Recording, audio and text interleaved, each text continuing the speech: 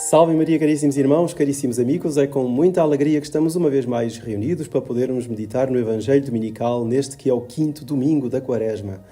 Eu sou o Padre Jorge Filipe, como todos sabem, tenho sempre a imensíssima alegria de estar convosco e de, em conjunto, podermos aprofundar os trechos que a Sagrada e a Santa Igreja nos fornece para cada domingo e para que nós possamos progredir e dar passos grandes na linha da santidade e da união com Deus Nosso Senhor.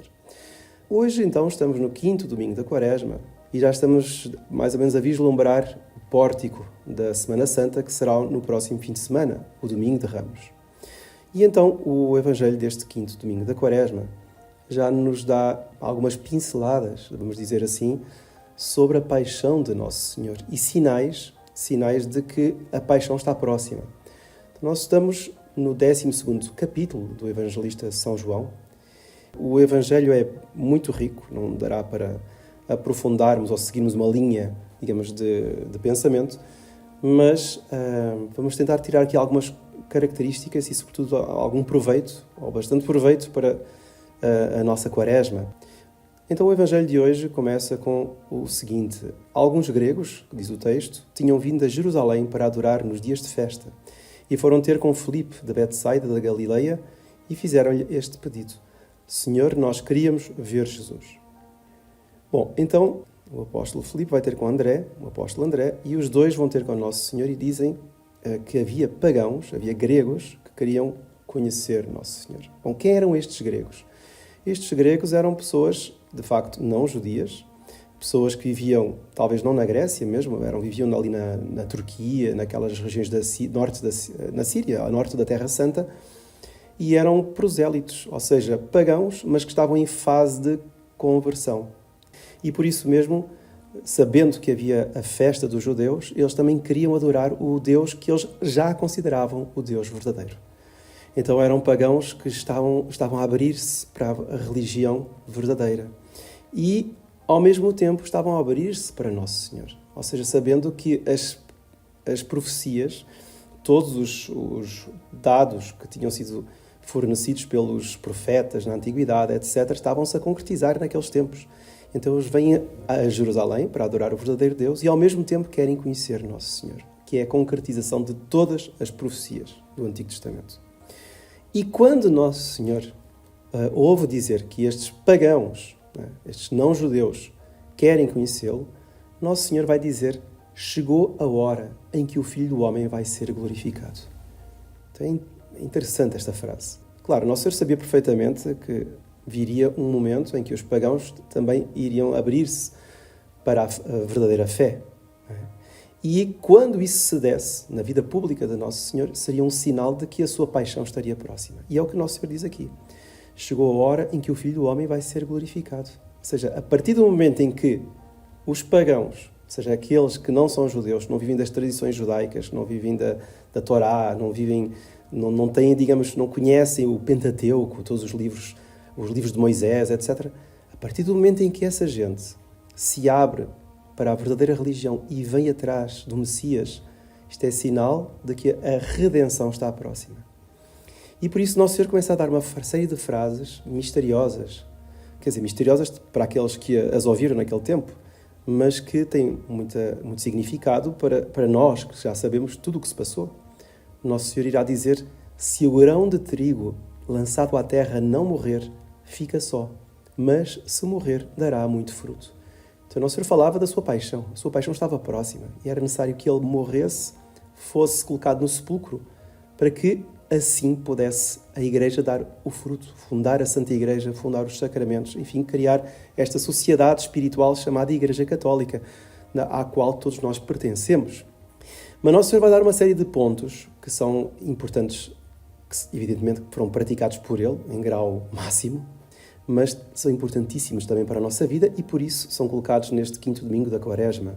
Nosso Senhor irá dizer: quem ama a sua vida, perdê-la-á, e quem despreza a sua vida neste mundo, conservá-la-á para a vida eterna. Então, é o exemplo dele, exemplo máximo, exemplo princeps, dele no Horto das Oliveiras, toda a oferta que ele faz, de perdoar os inimigos, etc., e oferecer a sua vida por nós até a última gota de sangue. Entretanto, Nosso Senhor irá dizer que está perturbado. Pai, salva-me desta hora. E Nosso Senhor irá dizer depois, mas foi por causa disto que eu cheguei a esta hora. Então, Pai, glorifica o teu nome. Então, esta dor de Nosso Senhor interna, porque sabe, por um lado, que está a chegar ao auge da sua missão, mas, por outro lado, sente na carne humana que ele é verdadeiro homem. É Deus, mas também tem as fraquezas, não da tentação, ou não as fraquezas da carne, mas as fraquezas da natureza humana. Ou seja, ele sabe que irá sofrer muito e, sobretudo, sofrer na alma a negação dos seus, digamos, o escárnio de todos aqueles que o crucificavam e que o mandavam, enfim, para o alto do Calvário.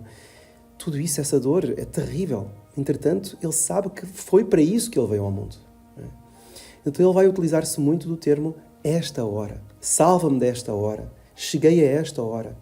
E depois vai terminar o Evangelho de hoje dizendo que chegou a hora em que o mundo vai ser julgado. Então, é na redenção de Nosso Senhor que o mundo vai ser julgado. E chegou a hora em que vai ser expulso o príncipe deste mundo. Ou seja, até a partir do momento em que Nosso Senhor morre na cruz, aparentemente o maior fracasso do homem-Deus, morrer na cruz, sendo vilipendiado e torturado pelos seus algozes. Entretanto, a partir desse momento é que o príncipe deste mundo vai ser expulso. Bom, então fala muito de hora, chegou a hora. E eu acho que também neste tempo da Quaresma chegou a hora de nós abordarmos alguns aspectos que são muito importantes para nós, uma vez que nós já estamos a chegar a este auge de, digamos, de tempo quaresmal, nós também devemos pensar assim, que hora é que nós temos. Então, esta é a hora de nós nos prepararmos para a nossa confissão quaresmal. E o preparar para a confissão quaresmal, se ainda não o fizemos, é o quê? É meditar de que esta hora da Quaresma é a hora em que nós temos de olhar para nós mesmos e reconhecer onde é que estão aqueles pontos que são divergentes com o pensamento do Divino Mestre. Não é? E olhar para aqueles pontos que são pecados ou graves, oxalá não sejam, ou pecados leves, pecados veniais, mas que, se são em muita quantidade, ou se não são combatidos, irão forçosamente levar-nos aos pecados graves. Então, nós sabemos perfeitamente, por falar em pecado mortal e pecado venial, nós sabemos que há uma grande diferença entre o pecado mortal e o venial. Para haver um pecado mortal, tem de haver uma matéria grave. A matéria grave, existem pecados que são sempre graves na sua matéria. Então, o homicídio é sempre uma coisa grave.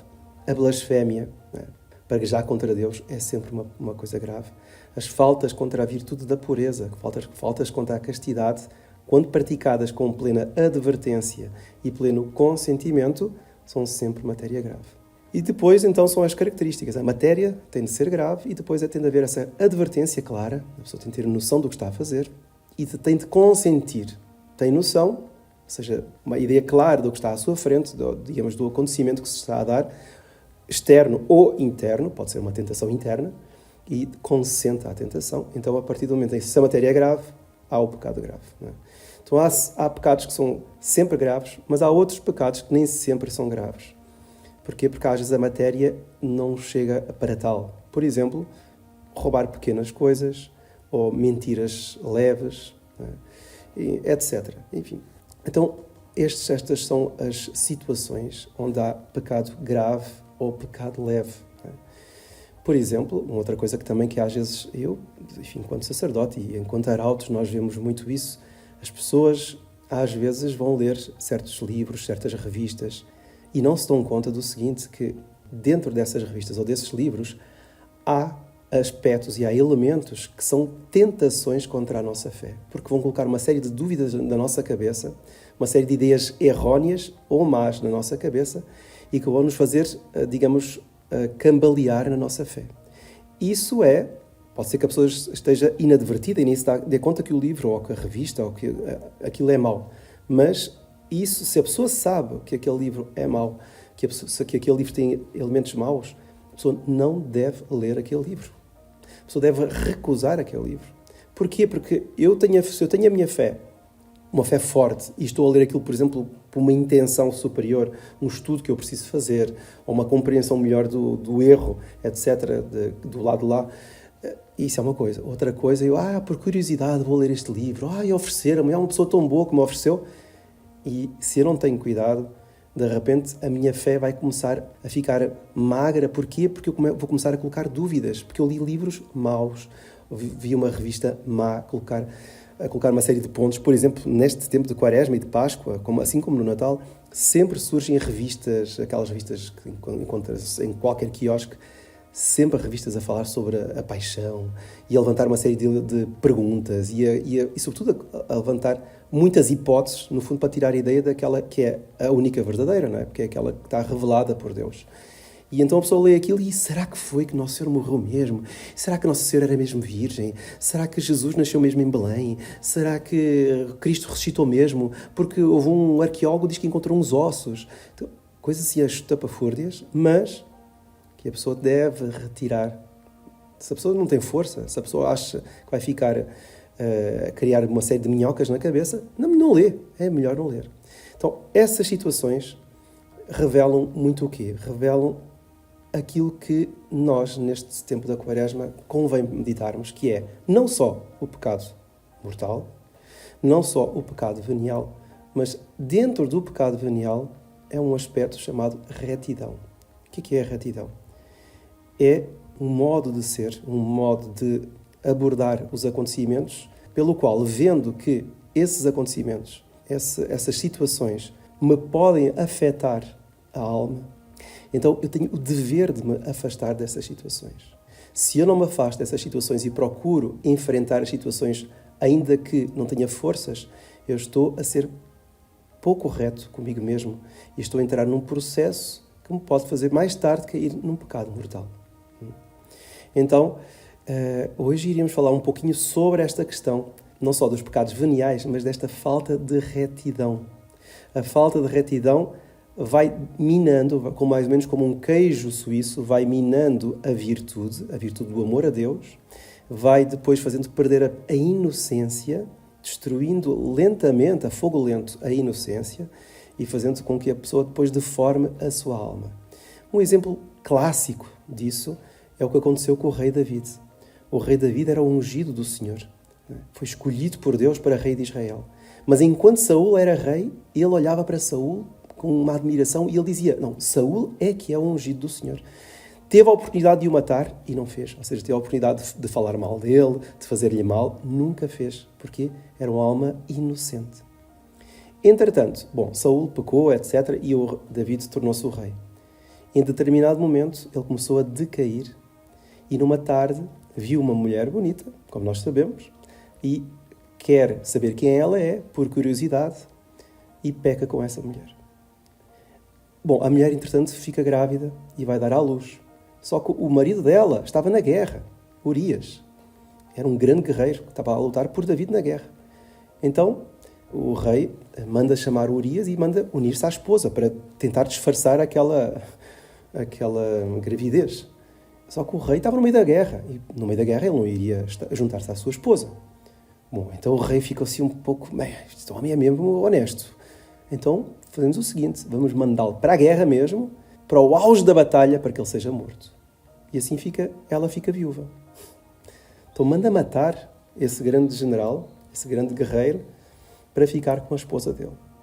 Então, além de ter cometido o adultério, certamente primeiro por intenção, depois praticou o adultério com a mulher, manda matar o esposo dela. E Deus então irá castigar. Só que ele não se deu conta. Porquê? Porque ele tinha entrado nesse processo de falta de retidão. E mesmo quando o profeta Natã vai dizer aquela famosa imagem, havia um homem que tinha muitas ovelhas e havia um outro que tinha uma só ovelha, não é? E o que tinha muitas ovelhas ficou com o desejo de ficar com a ovelhinha daquele pobre, coitado. E então mandou tirar a ovelha daquele indivíduo e mandou inclusive matá-lo para ficar com a ovelha dele. E o rei David ouviu essa história, que horror, mas que injustiça, quem é esse indivíduo que fez isso? E o profeta Natã vai dizer, esse indivíduo és tu, ó rei. E aí é que ele se dá conta. Foi só nesse momento em que as coisas foram tiradas assim à cara pelo profeta, que David se deu conta do processo de falta de retidão no qual tinha entrado. Não é? Esse processo através do qual ele perdeu o senso moral, a ponto de pecar com essa mulher, não é? A ponto de mandar matar o marido dessa mulher. Não é? e tornou-se um assassino. O rei de Israel torna-se um assassino, né? E torna-se um adúltero. Bom, e então nós vemos como nada acontece de repente. E esta falta de retidão é algo que pode acontecer com todos nós.